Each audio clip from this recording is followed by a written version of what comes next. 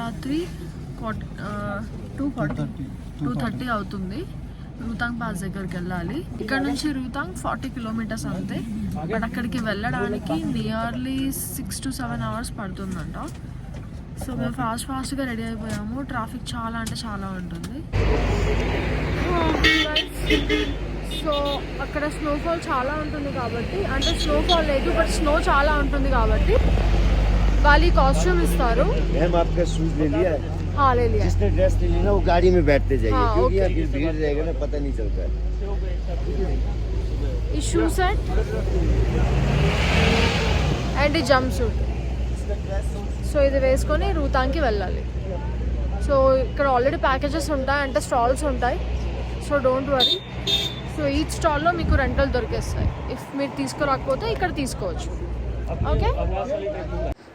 So అక్కడ ఇంకా మాకు కావాల్సిన యాక్సెసరీస్ అవన్నీ తీసుకొని ఇంకా రూతాంగ్ పాయింట్కి మేము బయలుదేరాము. రూతాంగ్ పాయింట్ దగ్గరికి వెళ్తున్నాము. ఈ జర్నీ ఒక పెద్ద అడ్వెంచర్లా ఉంది. చిన్న చిన్న రోడ్స్ ఉన్నాయి. ఈయనేమో జిప్పు జర్రని తీసుకెళ్తున్నాడు. ఇక్కడ పడిపోతామో అని భయం వేస్తుంది నాకు. ముందే కార్నర్ సీట్లో కూర్చున్నాను నేను. ఇక్కడ విండో సీట్లో కూర్చున్నాను ముందే. చాలా భయం వేస్తుంది. సో బేసిక్గా రూతాంగ్ పాయింట్ దగ్గర చాలా ట్రాఫిక్ ఉందని చెప్పి మనం ఎర్లీగా బయలుదేరాం కదా.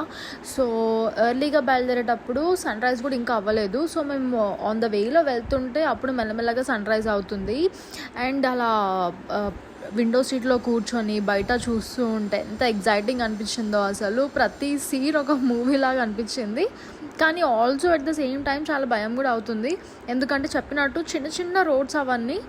But any how it's okay. అంటే మా డ్రైవర్ మాత్రం హెవీ డ్రైవరే, సేఫ్గానే తీసుకెళ్ళాడు, నో ప్రాబ్లం. సో మిడిల్లో బ్రేక్ఫాస్ట్ టైం అయిందని చెప్పేసి ఒక దగ్గర ఆగి బ్రేక్ఫాస్ట్ అంతా చేసి మళ్ళీ బయలుదేరాము. మెల్లమెల్లగా దగ్గరకు వచ్చే కొద్దీ మాకు స్నో కనిపిస్తుంది. స్నో కనిపించగానే మా ఎగ్జైట్మెంట్ చూడాలి. కార్లో ఉన్న వాళ్ళందరూ వావ్ అని. కానీ లిటరల్గా అక్కడ అలానే ఉంది. చూస్తూ ఉంటే అరే ఇది స్నో అయినా వెళ్ళి ఎప్పుడెప్పుడు టచ్ చేయాలా అన్నట్టు ఉండేది. అసలు క్రేజీ ఎక్స్పీరియన్స్ ఇదంతా. సో మేము ఆల్మోస్ట్ అక్కడికి రీచ్ అయ్యేసరికి 8 అలా అయింది. బట్ మాకంటే ముందు కూడా కొంతమంది బయలుదేరారు అన్నట్టు. సో వాళ్ళు ఏం చెప్పారంటే వాళ్ళు ఆల్మోస్ట్ 5కి 6 అలా రీచ్ అయ్యారంట. అప్పుడు స్నోఫాల్ కూడా పడుతూ ఉండే అంట. బట్ మేము వెళ్ళిన టైంకి అయితే స్నోఫాల్ ఏం లేదు. కానీ ఎర్లీ మార్నింగ్ స్నోఫాల్ పడి ఇంకా ఆగిపోయింది అన్నట్టు. సో ఫ్రెష్ స్నోనే ఉండే. పొడి ఐస్ మందులో తినొచ్చా? మందులో తాగొచ్చా? వేసుకొని ఇది మందులు వేసుకొని తాగొచ్చా? చూడండి.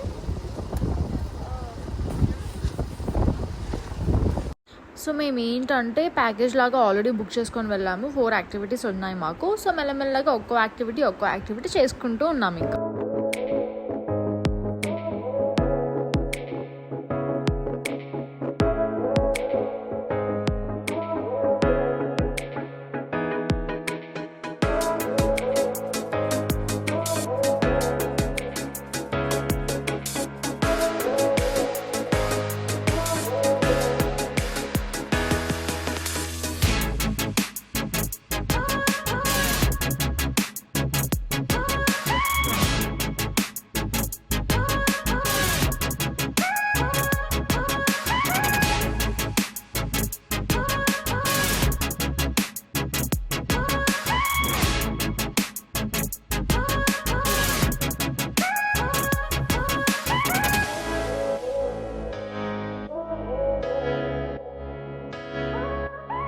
గైస్, సో రూతాంగ్కి వచ్చేసాము.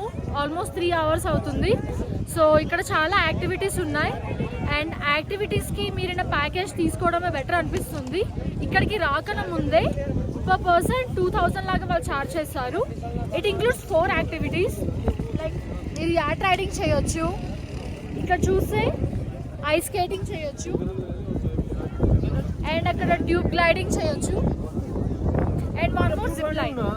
సో ఇవన్నీ ప్యాకేజ్ లాగా తీసుకోండి. అలా కాకుండా ఇండివిజువల్ అండ్ ఈ డ్రెస్ కూడా ఒకవేళ ప్యాకేజ్లో తీసుకుంటే డ్రెస్ కాస్ట్ వాళ్ళు ఏం అడగరు. This is free of cost rent. And ఒకవేళ మీరు ప్యాకేజ్ తీసుకోకుండా డైరెక్ట్గా ఇక్కడికి వచ్చి తీసుకున్నారు అంటే పర్ యాక్టివిటీ మీకు 1000 పడుతుంది. సో వాటర్ రైడ్ ఉంది, చూడండి అక్కడ మోటార్ రైడ్, అది 1500 per person. సో అంతగా ఏం అనిపించలేదు, బట్ ఈ ఐస్ స్కేటింగ్ కొంచెం డిఫరెంట్ ఎక్స్పీరియన్స్ కదా, అండ్ యాన్ రైడింగ్ కూడా. సో రూతాంగ్ దగ్గర నుంచి ఇంకొక పాయింట్ ఉంది 0 degrees పాయింట్ అని. సో మీరు అక్కడికి వెళ్ళాలంటే హార్సెస్ని రెంట్ తీసుకోవాలి. సో ఈ హార్సెస్ నుంచి up and down per person 1000 తీసుకుంటారు.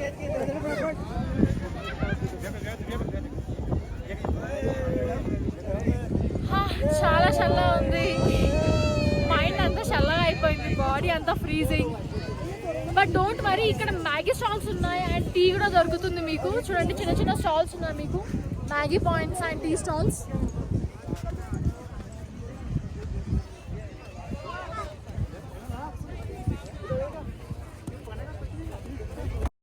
సో ఆ స్నోలో లంచ్ టైం వరకు ఆడుకొని ఇంకా కిందికి దిగుతున్నాము.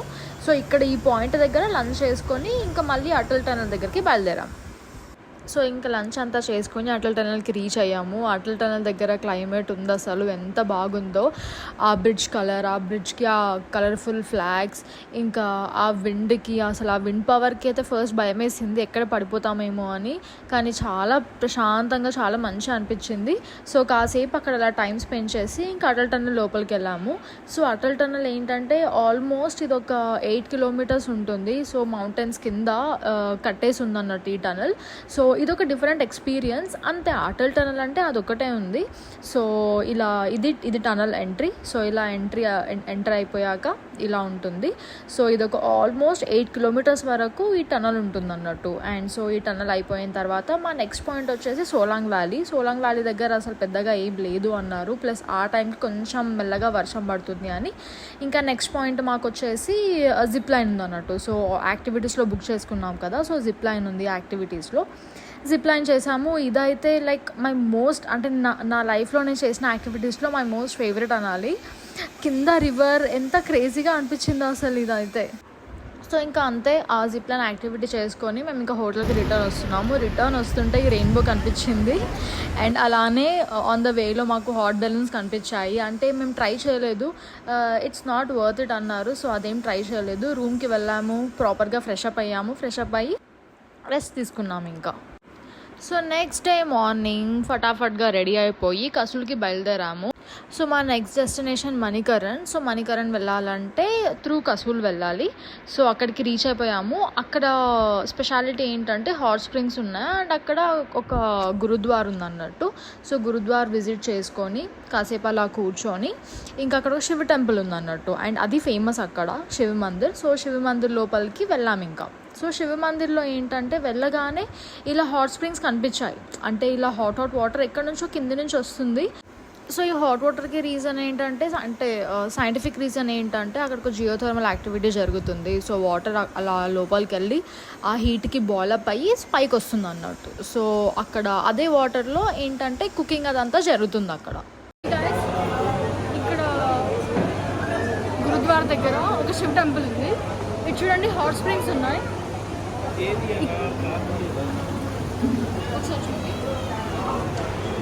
ఇక్కడ అన్నదానం ఉంటుంది. అన్నదానంలో దొరికే ఫుడ్ అంతా ఇక్కడే కుక్ చేస్తారు వాళ్ళు. స్టవ్ లేదు, ఏం లేదు. ఈ హాట్ వాటర్ ఉన్నాయి కదా, దీని మీదనే కుక్ చేస్తారు. ఆ చిన్న చిన్న బ్యాగ్స్ ఉన్నాయి కదా, దాంట్లో బియ్యం లేదంటే దాంట్లో బియ్యం ఉంది. సో వీళ్ళ బిలీఫ్ ఏంటంటే ఆ వాటర్లో అది ఉడికాక అది తింటే సో పాపాలన్నీ పోతాయని వాళ్ళ బిలీఫ్ ఉంది. సో క్రేజీ కదా.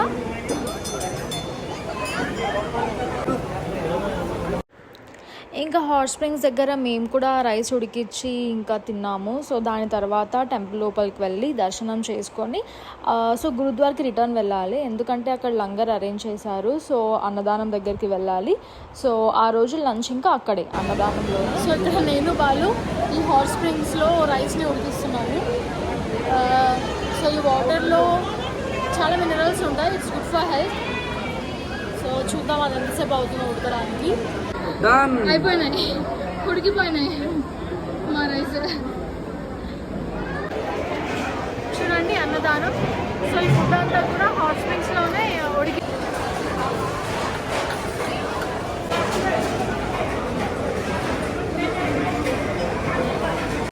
సో ఇంకా ఆ రోజుకి లంచ్ కాదు, యాక్చువల్లీ లేట్ లంచ్ అది. సో లేట్ లంచ్ లంగర్లో చేసుకొని నెక్స్ట్ పాయింట్కి బయలుదేరాము, which is Dalhousie. Hey guys, చూడండి మేము కజ్జర్ వచ్చేసాము. సో ఇక్కడ ఒక స్పాట్ ఉంది మినీ స్విట్జర్లాండ్ అని. మినీ స్విట్జర్లాండ్ అనగానే ఏదో ఎక్స్పెక్ట్ చేసాం మేము, కానీ ఇక్కడ అంత అయితే ఏం లేదు. ఆర్ మేబీ నాకు కనిపించట్లేదేమో, ఒకసారి మీరే చూసి కమెంట్ చేయండి. ఇక్కడికి రావడానికి ఎన్ని అవర్స్ జర్నీ చేసాం వాళ్ళు? మేము ఆల్మోస్ట్ 16 hours జర్నీ చేసాము. ఓవర్ నైట్ అంతా జర్నీ. రాగానే హోటల్ చెక్ ఇన్ కూడా లేదు. డైరెక్ట్ కసూల్ నుంచి మనాలి వచ్చి మళ్ళీ అక్కడి నుంచి ఇక్కడ కజ్జర్ వచ్చాము. అంటే డల్హౌసీకి దగ్గరలో ఇది. ఇంత దూరం ఇన్ని అవర్స్ స్పెండ్ చేసి వచ్చింది దీనికోసమా అనిపించింది. ఏంటో మరి నాకైతే ఇక్కడ ఉన్న హైప్ ఏం అర్థం కావట్లేదు. ఒక లేక్ ఉంది, సేమ్ చుట్టూ పైన్ ట్రీస్ ఉన్నాయి.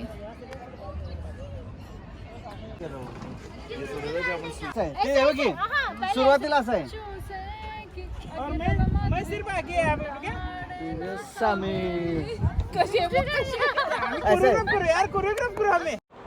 ఏదో అనుకుంటే ఇంకేదో అయింది అన్న సీన్ ఉండే అక్కడ మినీ స్విట్జర్లాండ్లో.